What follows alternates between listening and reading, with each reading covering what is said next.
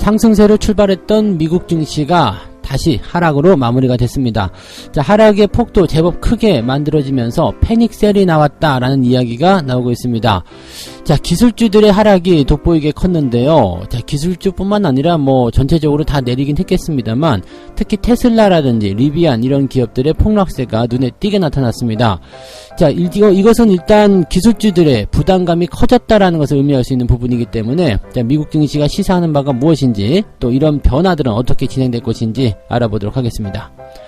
삼성중공업이 LNG선 1조 원을 수주했다라는 얘기가 전해졌습니다. 안 그래도 천연가스 때문에 상당히 이제 관심들이 높아지고 있었던 그런 부분이었는데, 자, 조선주 쪽에 이제 이런 햇빛이 좀 들어오는 것인가, 그동안 굉장히 좀 뭐라 그럴까요? 조선주들은 약간 계륵 같은 느낌이었죠. 뭐 사기도 그렇고 또 가지고 있는 분들은 팔기도 그렇고 막 그런 상황이었는데, 자, 조선주들의 움직임들 또 조선주들의 전망은 또 어떻게 봐야 되는지 같이 알아보도록 합니다.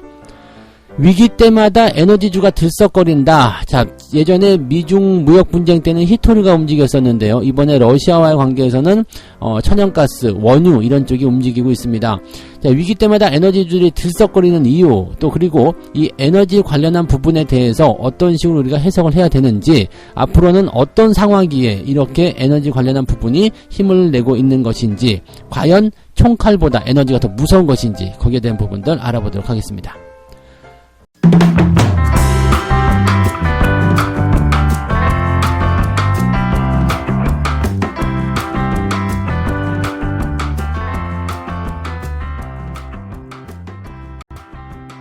네, 반갑습니다. 오늘은 2월 24일 목요일입니다.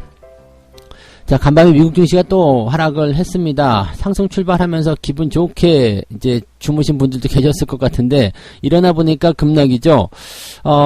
일단 유럽 증시도 나쁘지 않았고요. 미국 증시도 뭐 괜찮았던 부분이 있었습니다. 이것은 아무래도 뭐 러시아의 어떤 직접적인 그런 군사 행동이 아직까지는 개입되지 않았기 때문이었을 것이다 라고 생각하는 부분도 좀 있었을 테고요. 뭐 그 외에도 이제 서방 국가의 제재가 좀 느슨했다라는 부분들이 전체적으로 좀 분위기를 좀 만들지 않았을까 생각됩니다. 근데 제가 일전에 한번 언급해 드렸던 것 같은데요. 자, 지금 미국이라든지 또는 서방 국가는 지금 좀 다른 의미라고 좀 볼 수 있겠습니다만, 특히 미국 같은 경우는 미국의 주가가 제법 많이 올라온 상황이죠. 많이 올라온 상황이기 때문에 현재 시점에서는 조정의 빌미가 좀 필요했었을 거라 생각합니다. 그러다 보니까 이거와 같은 이런 좋은 기회를 놓칠 수가 없겠죠. 이런 좋은 기회를 이용해가지고 기술주들의 그런 약간의 고평가된 느낌, 그런 것들 쭉 빼버리고 있는 듯한 느낌이죠. 그래서 테슬라, 리비안 뭐 뿐만 아니라 지금 기술주 전체에 걸쳐가지고 쭉 떨어진 모습입니다. 나스닥이 마이너스 2.5% 빠졌고요. 다우지수가 마이너스 1.3% 하락을 했습니다. 일단은 자기들이 가지고 있었던 지지라인대를 1차적으로는 깨고 내려가는 모습인 것 같고요. 추가 하락에 대한 가능성도 열려있긴 합니다. 다만 이제 다우지수와 나스닥이 얼마만큼 빠질 것인가, 또 어느 수준에서 머물러 줄 것인가에 대한 부분은 아직까지 미지수겠죠. 그래서 아직 이 다우지수와 나스닥, 이 미국 증시가 가지고 있는 힘이 상당하기 때문에 국내 증시도 뭐 힘들어질 수 있다, 또 조정받는 거 아니야 생각하실 수 있겠습니다만, 지금 미국 증시와 국내 증시의 상황 자체가 완전히 다른 건 아시겠죠? 약간의 디커플링 같은 부분들이 좀 있는 거고, 우리나라도 뭐 여기에 동참하겠다라는 의지를 뭐 조금 밝히긴 했습니다만, 그런 것들이 이제 아주 작용될 것 같지는 않습니다. 자, 어쨌건 미국 시장의 상황들은 이렇게 패닉셀을 통한 이제 그 약간 고평가된 느낌들을 지우는 그런 작업으로 들어갔다 보시면 될 것 같고요. 자, 여기에 대한 원인은 우크라이나 관련한 부분이겠죠. 자, 우크라이나의 이런 그 돈바스 지역 이쪽을 제외한 전역에 이제 우크라이나가 국가 비상사태를 선언을 했습니다. 요게 이제 뭐라 그럴까요? 좀 핵심적인 내용이 아니었을까 생각합니다. 우크라이나 당국이 예비군 징집에 나섰다. 이게 그 복무 기간은 최대 1년 뭐 이렇게 됐습니다. 18세부터 60세까지 다 나와 이렇게 된 건데, 이제 전 국민이 다 이제 전쟁에 돌입을 하자 뭐 이런 식으로 된 것 같은데, 지금 뭐 전면전에 대한 가능성을 뭐 얘기하고 있다라고 하지만 그건 긴장감을 높이는 부분밖에 안 된다고 생각하는 것 같고요. 지금 현재 그 미국의 이야기를 따르면 15만 명 이상의 러시아군이 우크라이나와 국경을 접한 러시아, 벨라루스 접경지대에 배치되어 있다. 이들의 80% 진격 태세를 이미 갖추고 있다. 이렇게 얘기가 되고 있는데, 러시아에서도 이제 우크라이나 주재 자국 대사관 철수를 시작했고, 우크라이나는 러시아에 체류하는 자국민에게 러시아를 즉각 떠날 것을 권고했다라고 되어 있습니다. 이런 상태에서 우크라이나 의회, 내각, 외무부 등의 각 국가기관, 은행들이 디도스 공격을 받았다. 이 소식이 나왔습니다. 그래서 이 디도스 공격 소식이 전해지면서 공격라고 하면서 이제 주가가 떨어진 거죠. 그러니까 공격이 사실 이제 뭐 디도스 공격에 대한 부분들은 이제 보통 사이버 전쟁으로 좀 많이 보잖아요. 그러니까 이런 것들은 뭐 흔하게 있는 부분들이고, 이런 공격이 뭐 직접적인 어떤 침공이다 이렇게 판단하기 조금 애매한 그런 구간이겠죠. 그 다음에 미국, 서방 국가 쪽에서의 러시아에 대한 각종 제재, 이 부분도 조금 이따가 또 다시 한번 자원에 대해서 말씀을 드리겠습니다만, 이게 과연 어느 정도까지 효과가 먹히겠느냐 이런 식으로 나오고 있습니다. 그래서 지금 현재 시점에서 본다라면 우크라이나만 조금 불쌍한 상황이 되었다라는 얘기가 되는 거죠. 그리고 우크라이나 혼자 지금 싸우고 있는 것 같은 느낌이죠. 뭐 서방 국가에서 같이 총칼 들고 같이 싸워줄게라고 하면 으쌰으쌰 하면서 뭐 그 전쟁 분위기를 북돋아 놓고는 지금에 와가지고는 뭘 하고 있어요? 제재만 하고 있다는 얘기죠. 지금 여기서 만약에 직접적인 침공이 일어나게 되면 미국이 뭐 한다고 그랬어요? 기술 제품에 대한 이런 그 수출을 또 제재하겠다 이렇게 얘기가 나오고 있죠. 그러니까 러시아는 뭐라고 그러죠? 알았어. 유럽 니네들은 큰일 났다. 이제 천연가스 가격 3배 뭐 이렇게 3배 인상 이런 식으로.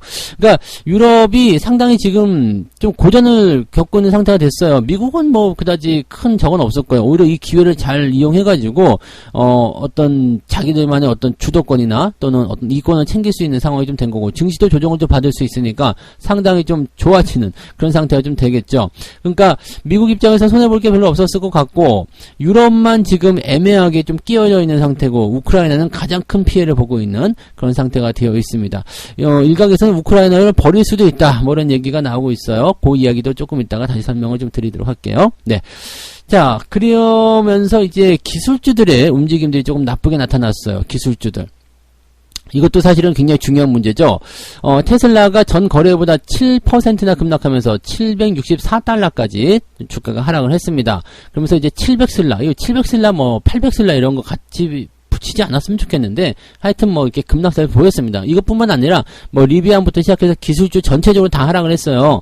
그러니까 이게 이제 뭐 우크라이나의 어떤 위기감 이런 것도 당연히 있을 테지만, 지금 테슬라 같은 경우는 또 백악관과의 갈등도 있어요. 이번에 백악관이 전기차 업체 CEO 회동에서 테슬라 CEO만 초대하지 않았다. 그래서 테슬라를 무시하고 있다. 테슬라 싫어. 막 이렇게 나오는 거죠. 뭐 테슬라가 이제 워낙 기행을 하고 있기 때문일 수도 있겠다. 이런 부분도 있겠습니다만, 뭐 최근에 이제 뭐 기업 미국의 증권거래위원 이 SEC가 테슬라를 조사하고 있는 그런 상태가 있으면서 기업의 기밀을 함께 누출하고 있다. 그러면서 이제 테슬라가 또 고소하기도 하고 막 이렇게 뭐 난리가 났었죠. 그러니까 지금 이 부분들이 미국 정부와 갈등을 맺고 있다. 근데 이 정부와 갈등을 맺고 있으면 사실 좋지 않아요. 기업은 이 뭐라 그럴까요? 그냥 경제적인 어떤 테두리 안에서 진행이 되는 거고, 정부와 맞서지 말라는 그게 있잖아요. 시장과도 맞서지 말고 정부와도 맞서지 말라. 왜냐면 정부는 정책을 선회해버리면 그만이거든요. 뭐 예전에 굉장히 컸었던 그런, 미국은 특히 뭐 독과점이나 이런 것도 굉장히 싫어하기 때문에 뭐 요즘에 이제 보면 기업 규제 같은 경우도 계속적으로 이제 그 법에 명시가 되어 있잖아요. 그러니까 뭐 물론 테슬라가 뭐 독과점으로 진행하는 건 아니겠습니다만, 저렇게 기업을 조사하고 정부가 이렇게 옥죄면 어떻게 될 거예요? 뭐 세무조사 들어갑니다. 아니면 뭐 압수수색 들어갑니다. 그러면은 힘들어지는 거죠. 근데 지금 테슬라 입장뿐만 아니라 뭐 다른 기업들도 마찬가지예요. 지금 기술주에 대한 어떤 약간 거품 논란들이 많이 있었고, 또 기술주가 더 많이 성장을 할 것이다. 이제 코로나가 끝나고 나면 전체적으로 성장성을 좀 보이게 될 거 아니에요. 그럼 그 성장에 대한 부분들을 이제 어느 정도까지는 이제 그 따라가야 되는 상황이 좀 될 거란 말이죠. 그러면 기업들의 어떤 실적이나 성장 그 패턴들이 굉장히 커질 것으로 생각되고 있기 때문에 군침이 생길 수밖에 없겠죠. 당연히 기업의 주가가 싸게 사고 싶을 텐데 지금처럼 고평가되어 있으면 그 계획에 조금 어긋나지 않겠느냐 생각되는 부분이잖아요. 그래서 기술주들을 좀 끌어내릴 수 있는 아주 중요한 어떤 위치인데 이럴 때 그냥 계속적으로 몰아치는 거죠. 그러면 들어가 있던 투자자들이 쑥 하고 튀어나올 수 있다. 지금 국내 시장에서 이런 비슷한 일들이 벌어지고 있어요. 주가가 이미 우리는 8월 달부터 하락하기 시작해가지고 지금까지 하락을 진행하고 있는 모습이긴 한데 이 비투가 많이 줄었다고 그러죠. 금리도 계속 올라가고 있고 주가는 안 올라가고 이자 비용 계속 나가고 내가 뭐 하는 짓인가 라고 생각하게 되는 거죠. 그러다 보니까 주식을 갖다 집어 던지는 상황이 벌어지고 있고 이 주식을 집어 던지는 이유 중에 하나가 이제 빚을 청산하기 위한 그런 내용이다 라고 보시면 되겠습니다. 아무래도 뭐 증권사 신용을 사용했을 때 이제 이자율이 상당히 높다 보니까 거기에 대한 부담감도 계속 생겼을 거라 생각합니다. 그리고 주가도 안 올라가는 거 그런 부분도 있었겠죠. 그래서 지금 전체적으로 봤을 때 다이어트 중이다라고 보시면 될 것 같아요. 다이어트 중이다. 그래서 훨씬 더 좋은, 훨씬 더 멋진 그런 위치에서 주식들을 매수하기 위한 누군가의 음모라고 하기 좀 그렇고 누군가의 계획이지 않겠느냐라고 생각하는 거죠. 거기에 지금 이 우크라이나라는 아주 큰 덩어리가 들어가 있는 것이다 라고 봐주시면 되겠습니다. 자, 어쨌건 지금 증시 상황에 대한 부분들은 그런 식으로 변동성이 좀 생길 겁니다. 근데 지금 우리가 바라는 거는 우크라이나 상황이 빨리 좀 정리가 되고 그 다음에 주가가 좀 다시 정상 회복을 해주는 거 그걸 바라는 거긴 한데 주가가 충분히 흔들리고 나면 아마 기적처럼 네 기적과도 같이 그렇게 사태가 해소되었다라고 얘기가 나올 거라 생각이 됩니다. 그 부분도 조금 이따 다시 설명을 드릴게요. 자, 두 번째 이야기로 일단 넘어갑니다. 자, 지금 삼성중공업, 조선주에 대한 이야기인데 삼성중공업 LNG선의 1조원 수주 이야기가 나왔습니다. 자, 조선 관련주가 우크라이나 사태 관련 수혜주로 주목을 받았어요. 왜 그러냐면 LNG, 즉 액화천연가스예요. 이 LNG선 수요가 늘어날 것이고 또 함께 해양 플랜트 사업이 회복세를 맞게 될 것이다. 그러면서 건설주들도 같이 움직임을 보게 되는 상황이죠. 자, 조선에 대한 움직임이 만들어진다는 것은 대체적으로 이제 그 물동량이 많이 늘어났던 시점에서의 어떤 그런 부분, 즉 해운이 운임지수죠. 네, 그 해운지수가 올라가게 되면서 요렇게 그 조선주가 같이 상승하는 경우들이 있죠. 왜냐면 그 해상 운임이 올라가게 되면 이 배의 필요성을 많이 느끼게 되잖아요. 그거는 이제 무역이 굉장히 활발해졌을 때, 경기가 너무 좋았을 때, 그때 이야기거든요. 그래서 이 운임지수가 올라가게 되면서 배의 필요성을 느끼게 되고 배를 이제 수주를 하게 되는 그런 상황들이 벌어지게 되면 조선주들의 움직임이 같이 좋아집니다. 자, 그런데 지금은 조금 다른 개념이죠. 이 천연가스에 대한 어떤 그 부분들이 굉장히 이제 러시아 쪽에서 위협이 들어오다 보니까 야, 우리가 만들어 라는 느낌이 나올 수 있거든요. 그래서 이 천연가스 선에 대한 수요가 늘어날 수 있는 거고 또 해양 플랜트 사업을 만들어낼 수 있는 그런 상황이 된다라는 거가 되겠죠. 그러니까 이런 그 뭐라고 할까 자원에 관련된 그런 부분들이 이게 파고 들어오게 된다라면 이것은 이번 재료가 끝날 때 같이 끝나는 경우가 있습니다. 그러니까 요거는 뭐 어차피 계속 수요 증가에 따라서 뭐 대규모 수주가 일어나든 뭐 LNG선에 대한 수요가 발생하는 상황들이 벌어질 수 있겠습니다만 요 부분을 이제 그 본격적인 조선주의 회복이다라고 보시기 좀 어렵습니다. 이거는 이벤트성이라고 판단하시는 게 일단 맞거든요. 자, 그런데 어쨌건 어제 같은 경우는 뭐 삼성중공업도 상승세를 보였고요. 그 다음에 대우조선해양 21%대네요. 그 다음에 보통주만, 삼성중공업 보통주가 6%대, 우선주는 거의 뭐 상한가네요. 네, 상한가로 마무리가 됐고요. 그 다음에 대우조선해양이 21.2%, 21.9%, 현대미포가 11%, 현대중공업 7%, 한국조선해양도 7% 정도로 크게 올랐다라고 되어 있습니다. 이 조선주도 그동안 잘 못 가가지고, 네, 골치 아프셨을 텐데, 이번에 잘 올라가서 좀 다행인 것 같네요. 이 부분에다가 이제 지금 삼성중공업의 그, LNG 운반선 수주 소식도 전해지면서 여기에 대한 기대감이 좀 생긴 거죠. 삼성중공업이 아프리카 지역 산사로부터 1조 원 규모의 LNG 운반선 4척을 수주했다라고 되어 있고요. 2025년 9월까지 인도가 될 것이다. 자, 일단 수주가 됐다는 것은 뭐 당장은 네, 돈이 들어오는 건 아니지만 이제 인도가 성공적으로 되고 나면 이제 그 돈을 받을 수 있는 거죠. 그러니까 뭐 이런 것들은 뭐 충분히 네, 긍정적으로 볼 수가 있겠고요. 지금 이것을 우크라이나 사태로 이제 연결을 해가지고 그렇게 보기는 조금 그럴 것 같아요. 왜냐면 지금 증권사에서는 이렇게 얘기합니다. 우크라이나 사태로 인해서 러시아와 유럽의 천연가스 파이프라인을 대신할 수 있는 LNG선 수요가 늘어날 수 있다는 전망이 있다. 그렇기 때문에 조선업이 강세를 보였다라고 얘기하는데, 지금 조선업이 강세를 보여야 되는 것은 그냥 이렇게 특정한 수준에서의 어떤 그 자원에 대한 부분으로 연결고리가 잡아가는 것이 아니라 전체적인 업황의 호전으로 들어가야 되거든요.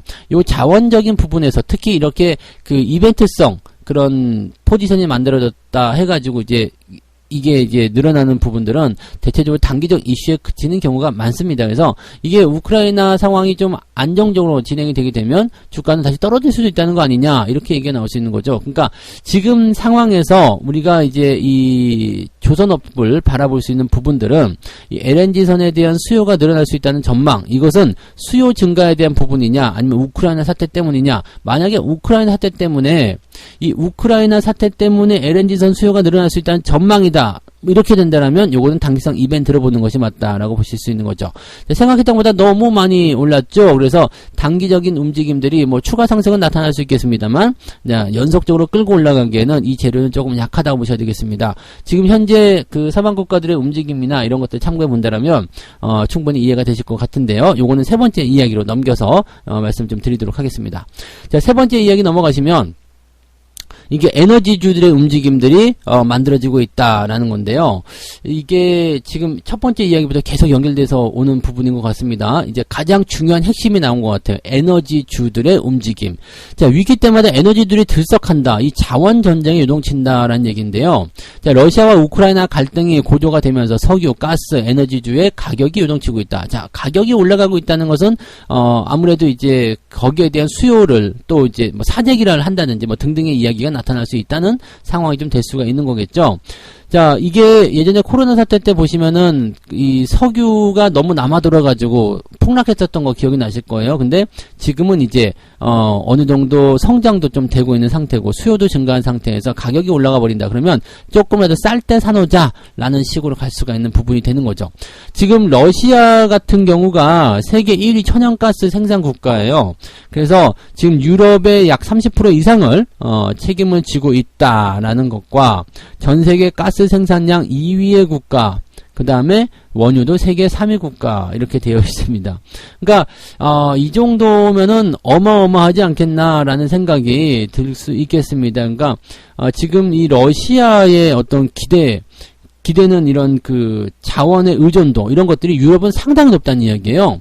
그러니까 러시아가 우크라이나를 걸쳐가지고 이제 가스관, 파이프라인을 통해가지고 유럽에다가 가스를 공급하고 있는 건데, 이게 어마어마하다는 이야기죠. 그래서 이 에너지를 가지고서 일단 죄고 들어오는 상황이 되기 때문에 유럽 국가들이 좀 애매해지는 상황이 좀 만들어진 겁니다.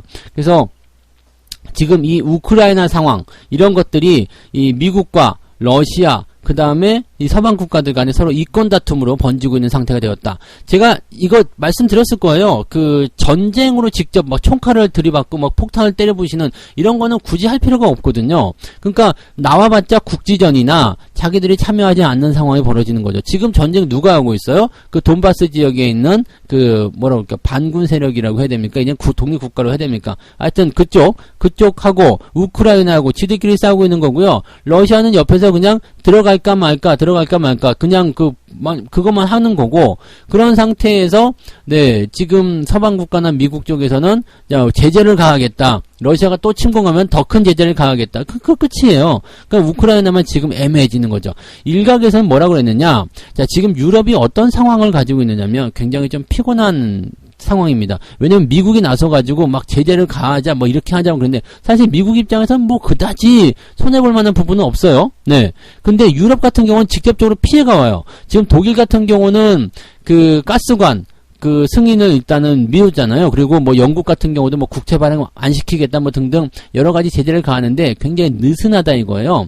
자, 독일 같은 경우도 지금 약 40% 정도를 러시아 걸 쓰고 있죠. 근데 그걸 이제 안 하겠다 그러면 애매해지는 거지. 여기다가 이제 각 서방 국가들의 제재가 들어오다 보니까 러시아에서는 뭐라고 그래요? 니네들 천연가스 가격을 3배로 올려버리겠다.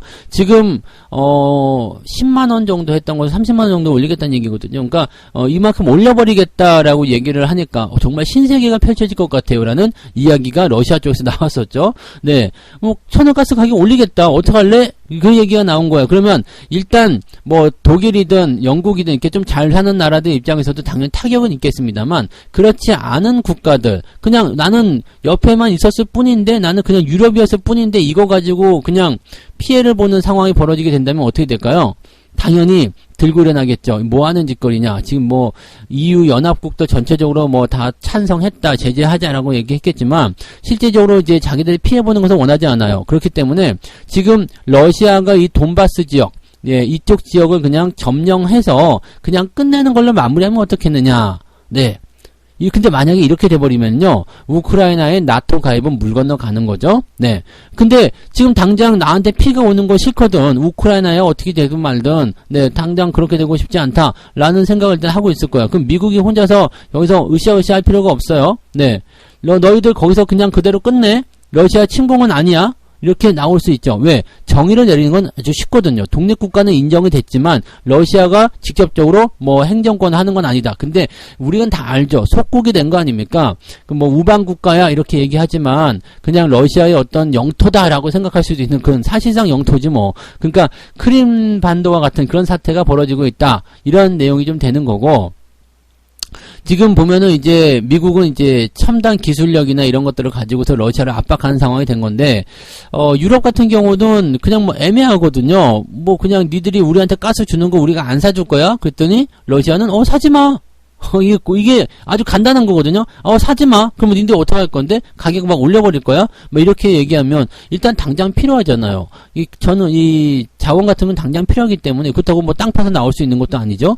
독일 같은 경우는 지금 땅속에 없단 말이에요. 그러니까 다 사다 써야 되는 상황인데 이거 뭐 어쩔 수 없는 부분이기 때문에 이런 자원은 굉장히 무서운 거죠. 그래서 요거에 대한 그 부분을 러시아가 이제 꽉 쥐고 있었던 상황인데, 뭐 미국이 이제 이런 그 유럽에 대한 천연가스 공급 주도권을 조금 가져오려고 한다, 뭐 이런 얘기도 좀 있더라고요. 그래서 지금 우크라이나를 통해서 러시아의 유럽 천연가스 연결 통로를 차단하려는 의도도 있다, 뭐 이런 여러 가지 자기들 다 이해관계가 있는 거죠. 막 그런 식으로 되어 있는 부분인데, 자, 여기에서 이제 서방 국가들이 뭘 하느냐, 이제 우크라이나 버리자. 네. 우크라이나 버리고 그냥 요 정도로 끝내는 게 어떻겠느냐, 우리도 손해다, 굳이 저럴 필요 없지 않느냐, 나토 가입 안 받으면 되는 거 아니냐, 뭐 이런 식의 이야기도 나오고 있다는 얘기가 되는 겁니다. 그러니까 자기들이 원하는 것만 다 얻어내고 나면 그냥 끝나는 거죠. 네. 그러니까 러시아는 돈바스 지역 그리고 끝. 그 다음에 뭐 유럽은 뭐 그냥 특별한 거 없이 그냥 천연가스 공급 제대로 잘 받고 있는 거, 조금 더 싼 가격으로 받고 있는 거, 그거 유지하는 거. 그 다음에 미국 같은 경우는 네, 뭐 주가 조정이 됐든 아니면은 어떤 그 천연가스에 대한 부분에서의 뭔가 대책을 좀 세울 거 아니에요. 이제 유럽이 지금은 당장은 물러날 수 있겠지만 이거 안 되겠다 이런 식으로 나오는 거죠. 예전에 우리 일본의 그 수출 제한이 있을 때 아시죠? 그때랑 비슷한 상황이라고 보시면 되겠어요. 그러니까 그렇게 될 수가 있는 상황이기 때문에 이렇게 되면은 이제 미국 입장에서는 좀 더 들어가기 좋겠죠. 야, 그러지 말고 러시아 거랑 끊고 다른 방법을 좀 만들어내자, 이렇게 나올 수가 있는 얘기가 될 수도 있습니다. 그래서 유럽을 하나의 시장으로 보고 미국과 러시아가 싸우고 있는 상황이 벌어질 수 있다. 그러니까 지금 우크라이나만 불쌍하게 된 거고, 여러분들이 걱정하시는 그런 어떤 전면전 들어가서 러시아가 우크라이나를 굳이 침공을 해가지고요, 네, 그냥 돈바스 지역 말고는 안으로 들어갈 이유가 없어요. 네. 그냥 뭐 러시아, 뭐 우크라이나 뭐 정부를 없애가지고 뭐 새롭게 우크라이나 지역, 우크라이나를 뭐 새 정부를 만들고 이럴 필요가 없는 거죠. 굳이 그럴 필요가 없습니다. 그래서 러시아는 그냥 자기의 어떤 힘, 이런 것들을 좀 보여주는 거고, 그 다음에 압박해 나가는 그런 정도의 용도다라고 생각하시면 되겠습니다. 그러니까 이 부분은 서로 간의 어떤 이해 득실 관계를 따지고 나서 더 이상 이제 필요가 없어졌다 그러면은 그냥 끝나는 거죠. 그러면 우크라이나만 이상한 상황이 된다라고 생각하시면 되겠습니다. 아마도 그렇게 넘어갈 거다라고 생각하시면 될 것 같은데 그만큼 자원이 중요한 상황이 되었다라는 것을 우리가 꼭 생각하셔야 되겠습니다. 그래서 뭐 에너지 관련주들 매매하시는 분들 계시는데요. 이거는 일단 일시적인 이벤트로 생각하셔야 되는 부분이고요. 뭐 중장기적으로 봤을 때는 우리도 뭐 별 수가 없죠. 우리도 사실은 뭐 천연자원이 있는 게 아니기 때문에 우리도 별 수가 없는 거지만 에너지와 관련된 그런 부분에서는 충분히 뭔가 대책이 좀 있어야 된다라는 생각은 하고 있어야 될 것 같습니다. 자, 아무튼 이런 상황들을 정리를 좀 해드릴게요. 그래서 오늘 세 가지 이야기 전달해드렸는데, 자, 패닉셀 때문에 미국 증시가 기술주를 동반으로 한 그런 하락세가 일어났다는 거 참고해 보실 필요가 있겠습니다. 다만 이제 이 기술주들의 하락은 어느 정도 의도가 된 부분이 좀 있었을 것이다. 이런 생각을 좀 하셔야 될 것 같고요. 자, 삼성중공업이 LNG선의 1조 원 수주를 통해서 주가가 상승했다. 조선업에 뭐 좋은 기운이 불어지고 있다. 등등인데 이 천연가스와 관련된 부분들은 이제 미국과 러시아 또 우크라이나 이 관계 속에서 나타나는 한 가지 이벤트성 재료다라고 판단하시면 되겠고요. 자, 이 전체적인 수주의 증가는 이런 그 자원의 어떤 소비 증가로 연결되는 게 있어야 돼요. 그래서 전반적으로 경기가 많이 살아나는 시점이 이 조선업종의 주가 상승 시기인데 이거는 이벤트성으로 좀 올라갔기 때문에 단기적 상승에 대한 부분들로 생각하시는 게 지금은 맞다라고 보시면 되겠고요.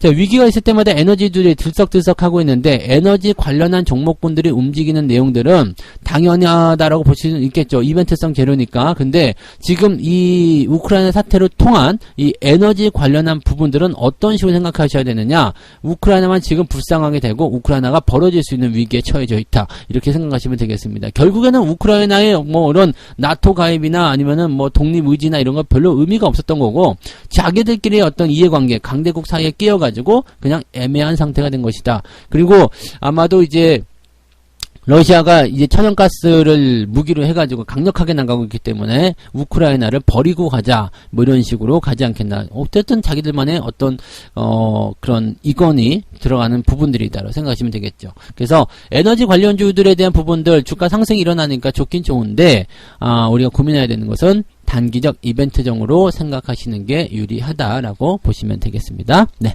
책 한 꼭지 읽고 마무리합니다. 똑똑한 투자자는 시장이 조용할 때 진입을 해서 격변기에 이익을 취하는 것이다. 자, 시장이 조용할 때 진입해라. 그 다음에 격변기에 이익을 취해라. 이거는요, 사람들이 관심을 가지지 않을 때 매수를 해서, 시끄러워질 때, 사람들의 관심이 생길 때 매도를 해라. 이런 이야기입니다. 다 알고 계시는 이야기죠. 그래서 너무 시끄러운 종목들, 요즘에 이벤트 때문에 시끄럽게 올라가는 종목들 또는 변동성이 있는 종목들은 조심해서 대응하자. 지금 딱 보시면 뭐 올라갔네 해가지고 그쪽도 들어가고 싶은 생각도 드실 거란 말이죠. 뒤늦게 들어가면 항상 물린다는 걸 잊으시면 안 되겠습니다.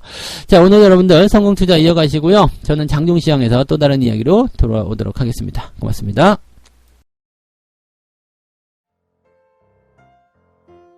본 방송에서 제공되는 모든 정보는 투자 판단의 참고 자료이며 투자의 최종 책임은 본 방송을 이용하는 본인에게 있습니다.